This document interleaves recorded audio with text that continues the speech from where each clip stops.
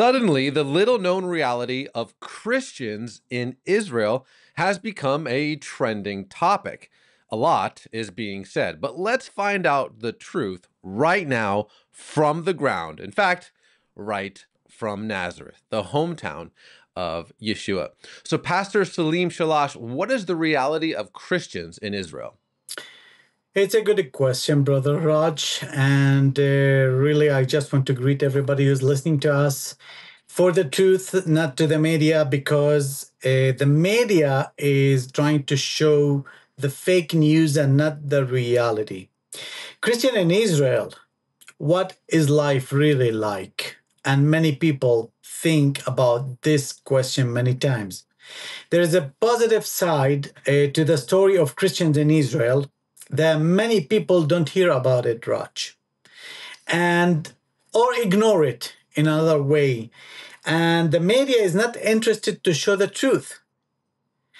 Most Christians in Israel are Arab Christian, and their lives are shaped by education, community, and faith.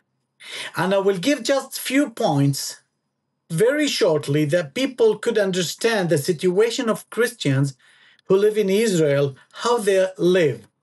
A successful and educated community, strong in schools. Christians, Arab in Israel, do very well in education.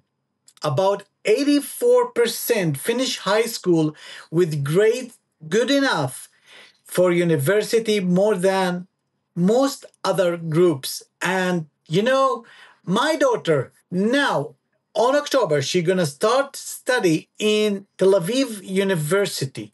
And in Tel Aviv University, it's like a challenge to be there. You need very special high marks to study in this university. Skills or skilled jobs. Many work as doctors, lawyers, engineers, and teachers. Even more than that, Christians, they are in the parliament, in the Knesset in Israel. They are in the parliament and they are members of the Israeli government, Israeli parliament. Part of everyday life. Equal rights. Christians in Israel have freedom of religion, can visit, holy site, they can vote and take part in a public life. Christians involved in society. Many feel connected to Israeli society. Some even join the army or special program like the Nair program or other programs for Christian youth who want to serve in the IDF or in the community. Both of them give them, benefits when they start study in the university. Living peacefully with others, Raj. Good relationships in many places. Christians live peacefully or live peacefully with Muslims, Jews, and Druze and others. They often celebrate festivals together with all of them. Positive experience. Many say Christians are generally respected. One person said, hating Christian is not common. Christians here are very successful and respected. And many of them, they are receiving or reaching very high level of education that they are involved even in the judgment, courts in Israel. Yeah. And if you forget, also an Arab who judged the president of the state of Israel, Moshe Katsav, when he was, failed and abused, sexual abuse. And also challenges and issues. Some discrimination, sometimes churches are, facing a lot of challenges with the Orthodox Jews, but not as other countries. There are we are still protected by the Israeli government, especially when you come to religion. When you come to religion, it's very sensitive, Raj. That brings me to my next question. How would you compare the reality of being Christian in Israel to being Christian in other parts of the Middle East, like your neighboring country of Syria or Lebanon or Iran? How would you compare it to being Christian in other parts of the Middle East? I just want to say you can't compare. It's totally different. We have all the freedom here to build our churches, to worship, to be protected by the Israeli government.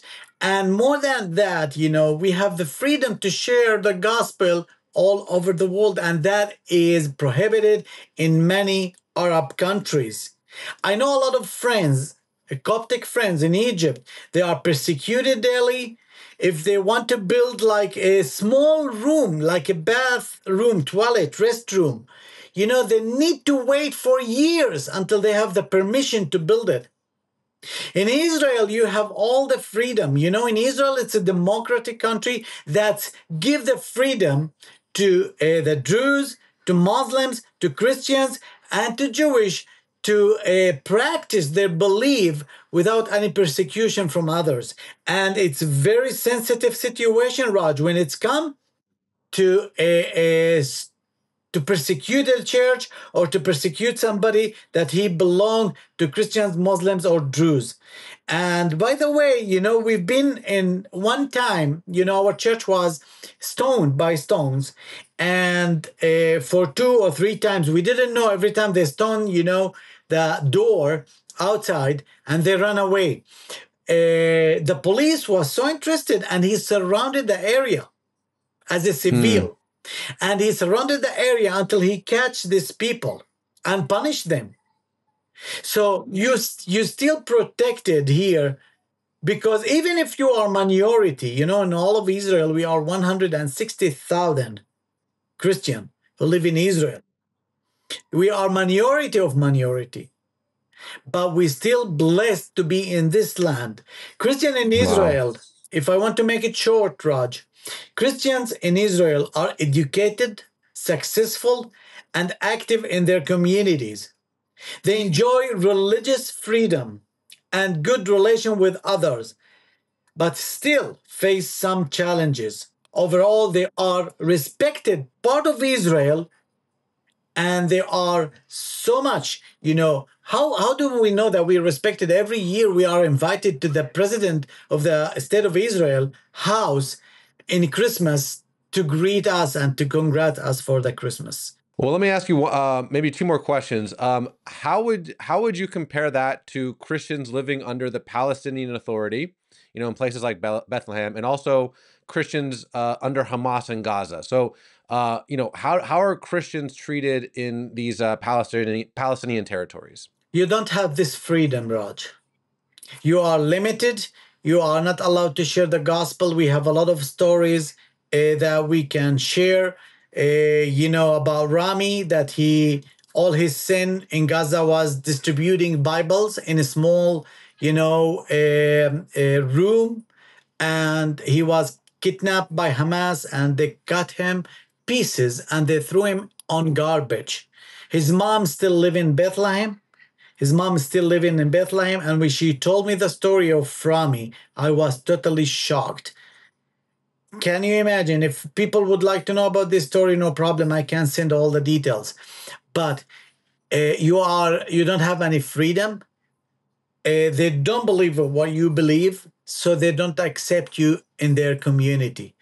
You are like a B class in Hamas eyes, and in religious Islam, extremely religious people. Well, let me ask you this final question, Pastor.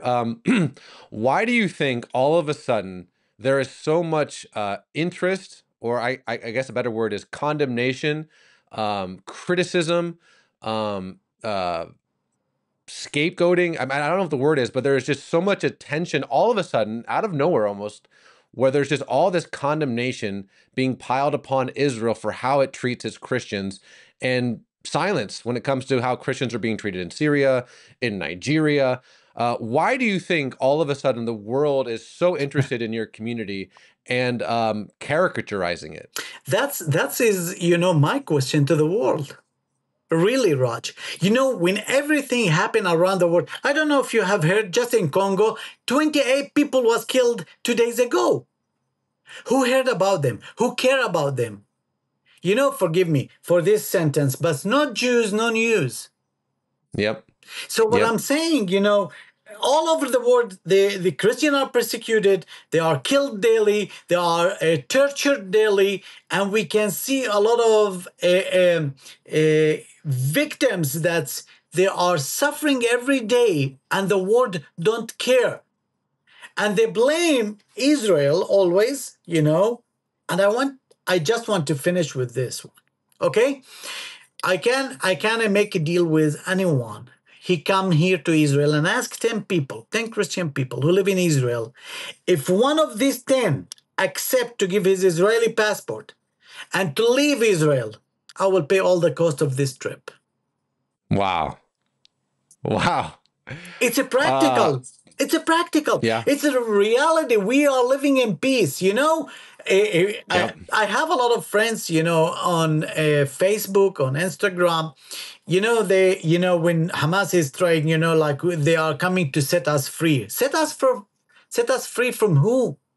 You need, your people to set them free, not us. We are blessed. We are here having the best salary. We're having the best condition as churches, building, sharing the gospel, sharing the love of Yeshua. Our humanitarian aid center. If you get Raj to our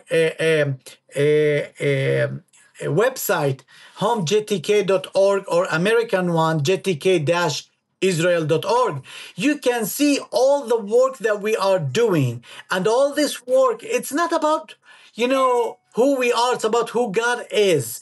But we are in a country that allowed us to reach Muslims, to reach Jews, to reach Druze, and understand what's going there. I'm praying for Europe. I'm praying for a US, because today, what happened in Sweden, in Syria, that is crazy. That is the truth. If this terrorist organization controlled, look what happened.